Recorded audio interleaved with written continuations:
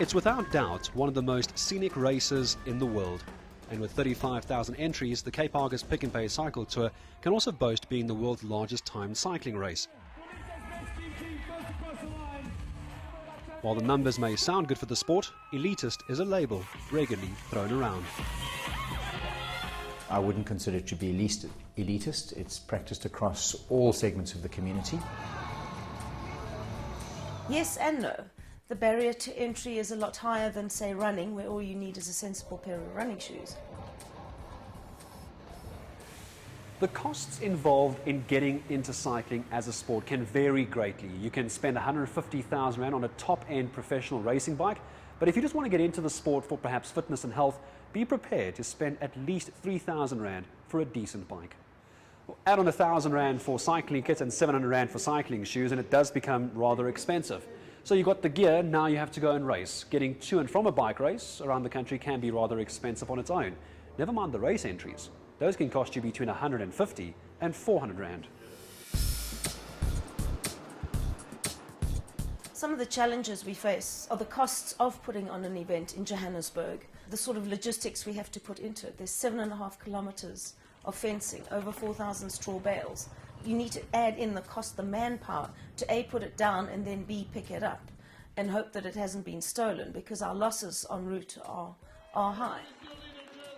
Yes, it's expensive to cycle, and statistics show it is predominantly a white male sport. There's no doubt it's an expensive sport, but then so is golf. But that doesn't necessarily mean that it pitches itself as being elitist.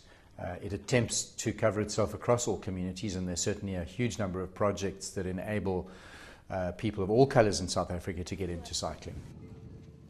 There may have been some basic government initiatives to encourage cycling, but this has been little more than handing out bicycles to rural communities for transport. But there was no further support, so when the bikes broke down, the fun ended there. One of the most successful private sector projects has been MTN Quebec. When I started cycling in 2005, I didn't even know how to ride a bike, and then eventually now I'm like one of the top pro cyclists in South Africa. It is changing, and it is going down to the lower LSMs, which is fantastic, and that's a big drive for us as well, is to get more people onto bikes. Since 2004, the project has distributed almost 40,000 bicycles in rural communities.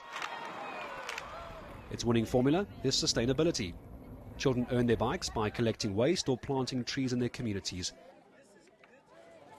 And the locally built bikes are also creating jobs.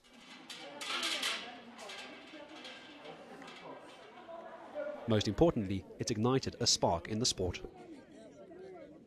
When we do a bike handover, our professional riders do the handover, so that the kids can realize, and when they talk to our pro riders, they look at them and they say, "So you earn a living off cycling?" And they say, "Yeah." So then it opens them up to a sport that they didn't even know existed. And now these professional riders from humble beginnings are pursuing a unique African dream. When I started, I actually never thought that would be the life that I'd be living. Now I'm actually doing my cycling for living. The team is actually Team MTN Quebec. It's actually getting bigger now as it's going pro-continental next year. So you're actually going to be based in Europe, which is something that I actually never thought it would happen in my entire life. So it's an unbelievable thing that's happening to my life. With ongoing support and increasing talent, perhaps we'll soon see Africa's first pro-continental team racing for the ultimate prize in the Tour de France. Gareth Edwards, Johannesburg.